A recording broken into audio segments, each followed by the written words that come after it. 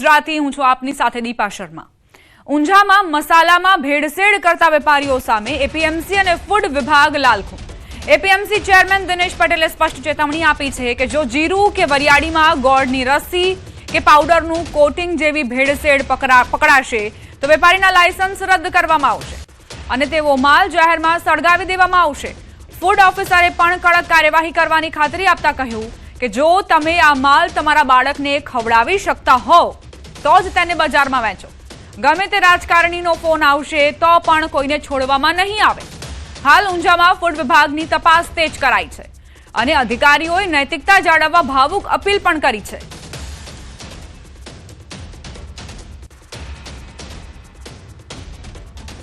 ઊંઝામાં ભેળસેળ કરનારા વેપારીઓને ચેતવણી આપવામાં આવી છે। ફૂડ વિભાગની તપાસ તેજ બની છે અને જો અધિકારીઓની તપાસમાં કોઈ પણ ભેળસેળ યુક્ત પદાર્થ મળશે, જીરુમાં કોઈ પણ પ્રકારની ભેળસેળ મળશે તો કાર્યવાહી કરવામાં આવશે। જીરાની અંદર ભૂસુની અંદર ગોળની રસી અને એના પર કોટિંગ કરી અને તમે 10 ટનના માલની અંદર 500 કિલો નાખી દો, કોઈને ખબર નહીં પડે। ચલો અમારા વિભાગને ખબર નહીં પડે, ઉપરવાળો ભગવાન તો જોઈ રહ્યો છે ને। એટલે ખાસ મારી વિનંતી છે કે ભાઈ આવું એડલ્ટ્રેશન ઓછું કરીએ। ભલે ઓછું કમાવા મળે ચાલશે, અને અમે તો જ્યાં પડશું ને પકડશું ને એમાં કોઈને છોડવાના નથી, ભલે ગમે તે રાજકારણીનો ફોન બી આવે। તો કઈ રીતે ફૂડ એન્ડ ડ્રગ વિભાગના અધિકારીએ ટકોર કરી છે તેમના શબ્દો તમે સાંભળ્યા। તેમનું કહેવું છે કે ગમે તે રાજકારણી અમને ફોન કરીને તમારી સિફારિશ કરશે તેમ છતાં પણ અમે તમારી સામે કાર્યવાહી કરીશું। જો તમે આ માલને તમારા બાળકને નથી ખવડાવી શકતા તો તેને બજારમાં ન વેચો। જો બાળકને તમારા બાળકને આ માલ ખવડાવી શકતા હોવ તો જ તમે તેને બજારમાં મૂકો। કોઈ પણ રાજકીય વગ ધરાવનાર વ્યક્તિ તમને બચાવવા માટે અમને ફોન કરશે તો તેમ છતાં પણ અમે કાર્યવાહી કરીશું। ઘણી વખત એવું પણ સામે આવ્યું છે કે જીરું વરિયાળીમાં ગોળની રસી કે પાવડરનું કોટિંગ કરીને અને આ માલની જે ગુણવત્તા છે તેની સાથે પણ સમજૂતી કરવામાં આવે છે। માત્ર ને માત્ર નફા માટે વેપારીઓ આ પ્રકારની કરતૂતો કરતા હોય છે। કેટલાક વેપારીઓને જે લોકો આ પ્રકારની પ્રવૃત્તિમાં લિપ્ત છે તેમની સામે આ ટકોર કરવામાં આવી છે। એપીએમસી અને ફૂડ વિભાગ આ તમામ પ્રવૃત્તિઓ સામે લાલગુમ છે। એપીએમસી ચેરમેન દિનેશ પટેલે સ્પષ્ટ ચેતવણી આપી છે કે જો કોઈ પણ પ્રકારની ભેળસેળ મળશે તો કાર્યવાહી કરાશે।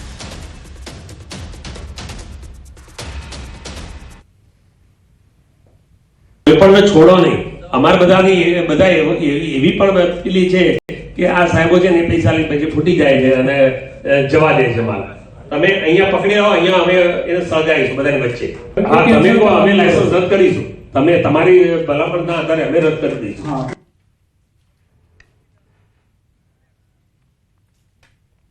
મહેસાણા જિલ્લાના ઊંઝામાં ફૂડ વિભાગનો સપાટો। માધવ એસ્ટેટ સ્થિત પટેલ સુમિતકુમાર વસંતલાલની ફેક્ટરી પર દરોડા પાડવામાં આવ્યા। 7.44 લાખથી વધુ કીની કિંમતનો શંકાસ્પદ જીરું અને વિવિધ પાવડરનો જથ્થો સીઝ કર્યો છે। જિલ્લા ફૂડ ઓફિસર જીજે ચૌધરીના માર્ગદર્શન હેઠળ સિનિયર ફૂડ સેફટી ઓફિસરોની ટીમ કાર્યવાહી દરમિયાન 13,258 કિલો શંકાસ્પદ જીરું ઉપરાંત બ્રાઉન, કાળો અને લીલો પાવડર સહિત હજારો કિલો જથ્થો કસ્ટડીમાં લીધો હતો। સ્થળ પરથી નમૂનાઓ લઈ લેબોરેટરીમાં પરીક્ષણ માટે મોકલવામાં આવ્યા છે અને રિપોર્ટ મળ્યા બાદ કાયદેસરની કાર્યવાહી હાથ ધરવામાં આવશે।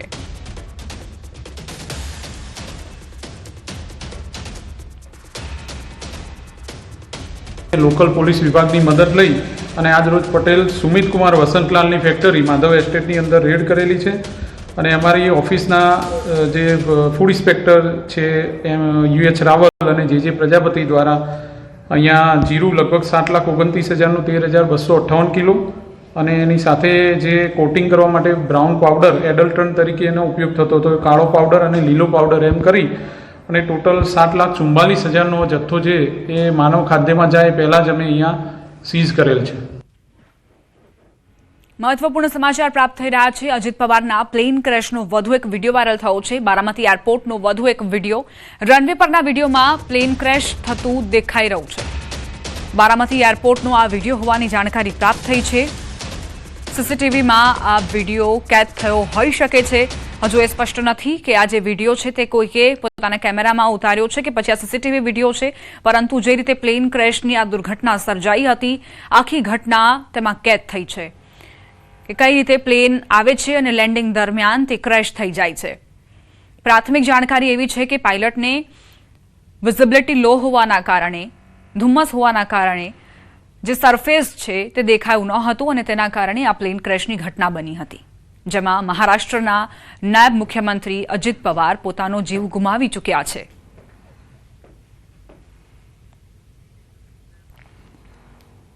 રાજકોટમાં વધુ એક ભાજપના નેતા વિવાદમાં આવ્યા છે. ભાજપના વધુ એક હોદ્દેદાર જેઓ વિવાદમાં સપડાયા. નેતાનો બિયરના ટીન સાથે ફોટો વાયરલ થયો. અનુસૂચિત જનજાતિ મોરચાના મહામંત્રી જીતેન્દ્ર વાઘેલા, જેમના હાથમાં બિયરનો ટીન નજરે પડી રહ્યો છે. બિયર સાથેનો ફોટો સોશિયલ મીડિયામાં વાયરલ થયો છે. સોશિયલ મીડિયામાં આ તસવીર વાયરલ થતાં જ અનેક ચર્ચાઓએ જોર પકડ્યું છે. ઉપપ્રમુખ સોમાભાઈ બાદ વધુ એક હોદ્દેદાર વિવાદમાં આવ્યા. સંવાદદાતા અંકિત જોડાઈ ગયા છે વધુ જાણકારી સાથે. અંકિત, પહેલા તો સોમાભાઈનો જે વિડીયો વાયરલ થયો હતો તેમાં અંધશ્રદ્ધાને પ્રાધાન્ય આપવામાં આવી રહ્યું હોય તેવી ચર્ચાઓએ જોર પકડ્યું, ને હવે વધુ એક હોદ્દેદારનો આ ફોટો જેમાં તેઓ બિયરના ટીન સાથે નજરે પડી રહ્યા છે. ચોક્કસ દીપા, વાત કરવામાં આવે તો રાજકોટ શહેર ભાજપના સંગઠનનું માળખું છે તે 3 દિવસ પૂર્વે જ જાહેર થયું હતું. ઉપપ્રમુખ, મહામંત્રી, મંત્રી તેમજ કોષાધ્યક્ષ તેમજ કાર્યાલય મંત્રી સહિતના જે હોદ્દેદારોના નામ છે તે સામે આવ્યા હતા. ત્યારે એક જ દિવસમાં ભારતીય જનતા પાર્ટીના વધુ એક હોદ્દેદાર વિવાદમાં સપડાયા હોવાનું છે તે સામે આવ્યું છે. અનુસૂચિત જનજાતિ મોરચાના મહામંત્રી જીતેન્દ્ર વાઘેલાના બિયર સાથેના ફોટા છે તે સોશિયલ મીડિયામાં હાલ વાયરલ થયા છે. સવારની વાત કરવામાં આવે તો ભારતીય જનતા પાર્ટીના શહેરના જે ઉપપ્રમુખ છે, રાજકોટ શહેરના ઉપપ્રમુખ છે સોમાભાઈ ભાલિયા, તેઓ માતાજીના માંડવાની અંદર ધૂણતા હોય તેમજ પોતાના વાસાની અંદર સાંકળો મારતા હોય તે પ્રકારનો વિડીયો છે તે વાયરલ થયો હતો. અને ગણતરીના જ કલાકોની અંદર અનુસૂચિત જનજાતિના મોરચાના જે મહામંત્રી છે જીતેન્દ્ર વાઘેલા, તેમના બિયર સાથેના ફોટા છે તે સોશિયલ મીડિયામાં વાયરલ થયા છે. જોકે આ ફોટા છે તે કયા સ્થળના છે તેમજ કેટલા જૂના છે તે અંગે હાલ અત્યારે કંઈ જાણવા નથી મળ્યું, પરંતુ ન્યૂઝ 18 ગુજરાતી દ્વારા જે નવનિયુક્ત મહામંત્રી છે જીતેન્દ્ર વાઘેલા, તેમનો સંપર્ક કરવાનો પ્રયાસ કરવામાં આવ્યો હતો. જોકે હજુ સુધી કોઈ તેમની ચોક્કસ પ્રતિક્રિયા છે તે દીપા સામે નથી આવી છે. આભાર અંકિત, જાણકારી આપવા માટે.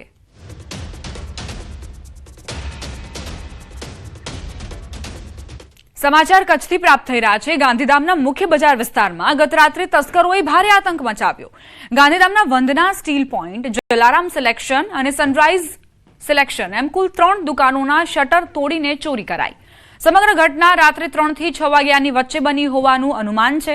સીસીટીવી ફૂટેજમાં 3 તસ્કરો કેદ થયા છે, જેઓ એકાંતનો લાભ લઈ ચોરી કરવા ત્રાટક્યા હતા. દુકાનોમાંથી કેટલી મતાની ચોરી થઈ છે તે અંગેનો સાચો આંકડો પોલીસ ફરિયાદ બાદ જ સ્પષ્ટ થશે. એક સાથે 3 દુકાનોમાં ચોરીના બનાવથી બજારના અન્ય વેપારીઓમાં ફફડાટ અને રોષ જોવા મળી રહ્યો છે. સંવાદદાતા મેહુલ જોડાઈ ગયા છે વધુ જાણકારી સાથે. મેહુલ, 3 દુકાનના શટર તૂટ્યા છે એટલે એ ફલિત થાય છે કે આ ચોરોને કોઈ જ ખૌફ નથી, કોઈ જ ડર નથી. જે ચોક્કસથી વાત કરવામાં આવે તો ગાંધીધામની મુખ્ય બજારમાં ગત રાત્રે છે તે 3 જેટલી દુકાનોને તસ્કરોએ નિશાન બનાવ્યું હતું. જાણે બેખૌફ હોય એ રીતે જે સીસીટીવી સામે આવ્યા છે તેમાં તસ્કરો છે તે દુકાનનો શટર તોડી રહ્યા છે. તેઓ સમગ્ર ઘટના છે તે કેદ થઈ છે. 3 જેટલી દુકાનોના તાળા તૂટતા જે વેપારી વર્ગ છે તેનામાં ફફડાટ ફેલાયો હતો. તો બીજી બાજુ સીસીટીવી ફૂટેજના આધારે જે પોલીસ છે તેના દ્વારા તસ્કરોની શોધખોળ હાલ હાથ ધરાઈ છે. આભાર મેહુલ, જાણકારી આપવા માટે. સાબરકાંઠાથી સમાચાર. પ્રાંતિજના સોનાસણ ગામે બંધ ઘરમાં ધોળે દિવસે ચોરી. તસ્કરોએ ઘરમાં ઘૂસી તિજોરીના લોકરમાંથી સોનાના ઘરેણાની ચોરી કરી. 350 ગ્રામ સોનાના દાગીનાની ચોરી કરાઈ. 51 લાખ રૂપિયાથી વધુની કિંમતના ઘરેણા ચોરી થયા. મંગળસૂત્ર, 2 મંગળસૂત્ર, 2 દોરા, 6 સોનાની બુટ્ટી, 9 વીંટી સહિતના દાગીનાની ચોરી કરાઈ. ઘટનાને પગલે પ્રાંતિજ પોલીસની ટીમ સ્થળ પર પહોંચી અને તપાસ શરૂ કરી. તસ્કર જાણ ભેદુ હોવાની દિશામાં પણ તપાસ શરૂ કરાઈ. પરિવાર ગાંધીનગરના ચંદ્રાલા ગામે સમૂહ લગ્નોત્સવમાં ગયો હતો. તે દરમિયાન તસ્કરોએ બંધ ઘરને નિશાન બનાવ્યું.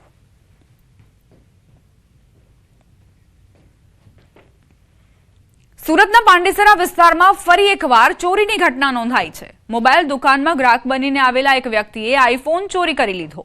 સમગ્ર ઘટના દુકાનના સીસીટીવી કેમેરામાં કેદ થઈ, જેમાં આરોપી સ્પષ્ટ નજરે પડે છે. દુકાન માલિકે પાંડેસરા પોલીસ સ્ટેશનમાં ફરિયાદ નોંધાવી છે. પોલીસે સીસીટીવી ફૂટેજના આધારે આરોપીની શોધખોળ શરૂ કરી દીધી છે. વિસ્તારમાં વધતી ચોરીની ઘટનાઓના કારણે સ્થાનિક વેપારીઓમાં ભયનો માહોલ છે.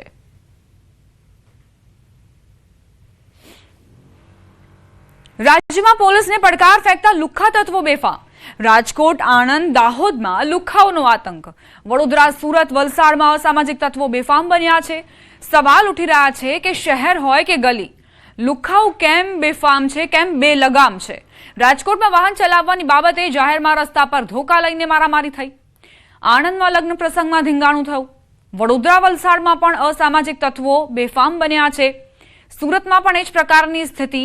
દાહોદમાં પણ અસામાજિક તત્વો જેઓ બેફામ નજરે પડી રહ્યા છે.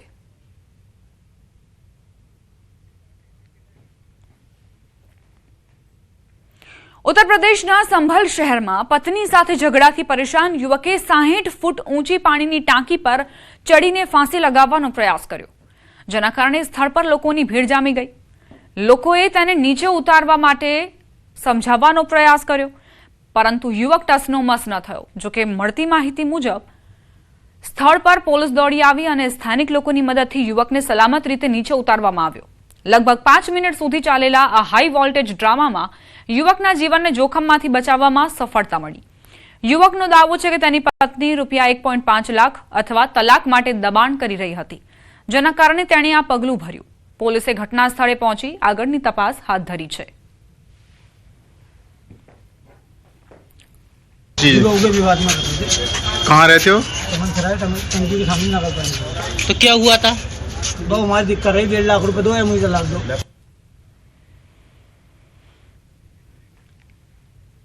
ઉત્તર પ્રદેશના ઓરૈયા જિલ્લાના સિનકપુર ગામમાં વિચિત્ર કિસ્સો સામે આવ્યો. એક યુવતીએ પોતાના પ્રેમી સાથે ગાયબ થવા અજીબોગરીબ નાટક કર્યું. પોતાના પ્રેમી સાથે લગ્ન કરવા માટે પરિવારના વિરોધના કારણે ફિલ્મી સ્ટાઇલમાં ઘરેથી ફરાર થવાનું નાટક રચ્યું. ગાયબ થવાના પહેલા તેણે પોતાના ખાટલા પર કપડામાં લપેટેલી લગભગ 5 ફૂટ લાંબી સાપની કચુલી મૂકી દીધી. આ જોતા જ ગામમાં ચર્ચા ફેલાઈ કે તે નાગિન બની ગઈ છે. પરિવારે પોલીસ સ્ટેશનમાં ફરિયાદ નોંધાવી, જેમાં પોલીસને જાણવા મળ્યું કે યુવતી ગામના જ એક યુવક સાથે પ્રેમમાં છે અને સમગ્ર ઘટના ફક્ત ફિલ્મી નાટક છે. હાલ યુવતી ફરાર છે અને પોલીસની અલગ અલગ ટીમો તેની શોધખોળ કરી રહી છે. પોલીસે લોકોને આ અફવા પર ધ્યાન ન આપવા જણાવ્યું. प्राप्त प्रार्थना पत्र के आधार पर पुलिस ने तत्काल मुकदमा अपराध संख्या 32/2026 धारा 87 BNS दर्ज किया है.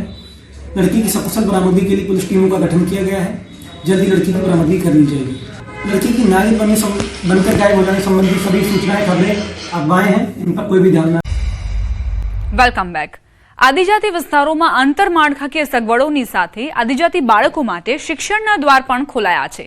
પ્રધાનમંત્રી મોદીએ એકલવ્ય સ્કૂલ્સ, મિશન સ્કૂલ્સ અને આશ્રમ શાળા જેવી ક્રાંતિ લાવી આદિજાતિ બાળકોને શ્રેષ્ઠ શિક્ષણ આપ્યું છે.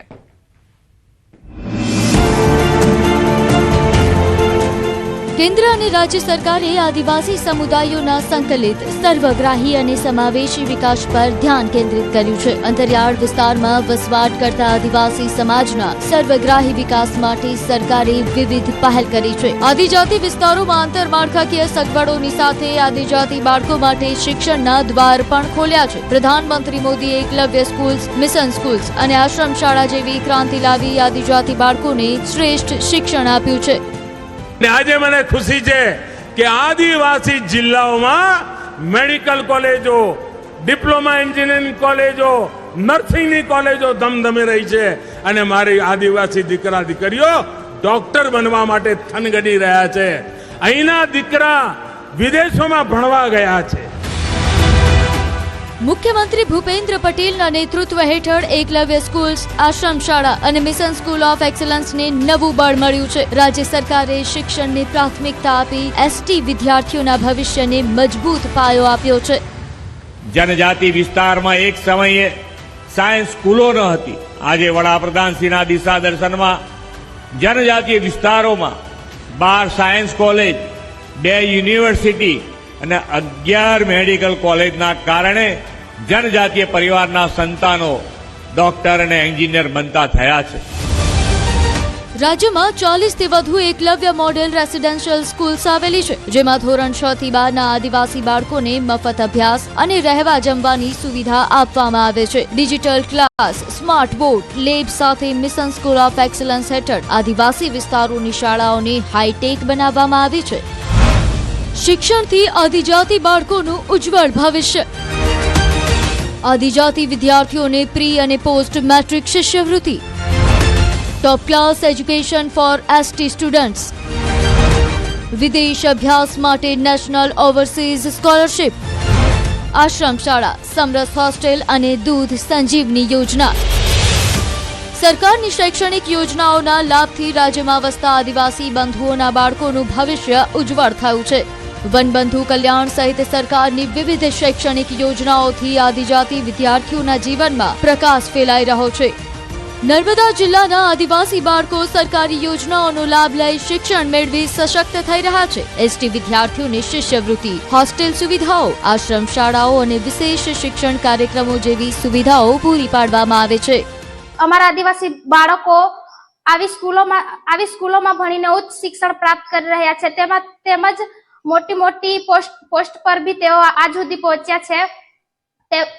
તે બદલ સરકારનો ખૂબ ખૂબ આભાર. સરકારશ્રીનો આ લાભ અમને ખૂબ સારી રીતે મળ્યો છે અને હું આના પછી ભણીશ અને આગળ વધીશ અને ઉચ્ચ પોસ્ટ પર પ્રાપ્તિ કરીશ, જેના બદલ સરકારને હું આભાર માનું. નવસારી જિલ્લામાં પણ આદિવાસી વિદ્યાર્થીઓ પ્રી મેટ્રિક અને પોસ્ટ મેટ્રિક શિષ્યવૃત્તિ સહિતની વિવિધ યોજનાઓનો લાભ લઈ રહ્યા છે. આ વિસ્તારોમાં હજારો આદિવાસી વિદ્યાર્થીઓને લાખો રૂપિયાની સહાય મળે છે, જેના થકી ડ્રોપ આઉટ રેશિયો પણ ઘટ્યો છે. સરકારી યોજનાઓથી મફત રેસિડેન્શિયલ અને ગુણવત્તાયુક્ત શિક્ષણને આદિજાતિ વિદ્યાર્થીઓ આશીર્વાદ સમાન ગણાવી રહ્યા છે. ફિઝિકલ યોજના હેઠળ અભ્યાસ કરું છું, જે મને આર્થિક રીતે ખૂબ જ મદદરૂપ છે.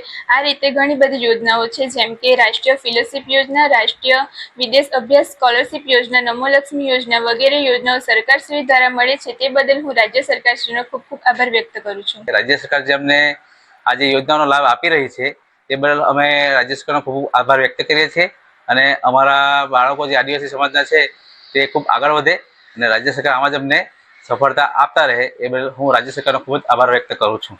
સરકારશ્રીની આજે પોસ્ટ મેટ્રિક શિષ્યવૃત્તિની જે યોજના છે એના થકી હું મારો અભ્યાસ સારી રીતે કરી શકું છું અને એ માટે હું આ સરકારશ્રીનો ખૂબ ખૂબ આભાર વ્યક્ત કરું છું. શિષ્યવૃત્તિ અને સાયકલ સહાયથી અંતરિયાળ ગામના બાળકો પણ શિક્ષિત થયા છે. વનબંધુ કલ્યાણ યોજના અને EMRS થી આદિવાસી વિસ્તારોમાં શિક્ષણનું સ્તર શહેરી સમકક્ષ થયું છે. પ્રધાનમંત્રી મોદીના શિક્ષિત ભારત, શક્તિશાળી ભારતના વિઝન અને મુખ્યમંત્રી ભૂપેન્દ્ર પટેલના સંકલ્પથી ગુજરાતના આદિજાતિ વિસ્તાર પ્રગતિના નવા પાયાની તરફ આગળ વધી રહ્યા છે. આજે હજારો આદિજાતિ વિદ્યાર્થીઓ સ્કોલરશિપના સહારે મેડિકલ, એન્જિનિયરિંગ અને નાગરિક સેવા જેવી ક્ષેત્રોમાં પ્રગતિ કરી રહ્યા છે. આદિજાતિ વિસ્તારમાંથી નીકળેલા વિદ્યાર્થીઓ હવે સમગ્ર સમાજ માટે પ્રેરણા સ્ત્રોત બની ગયા છે.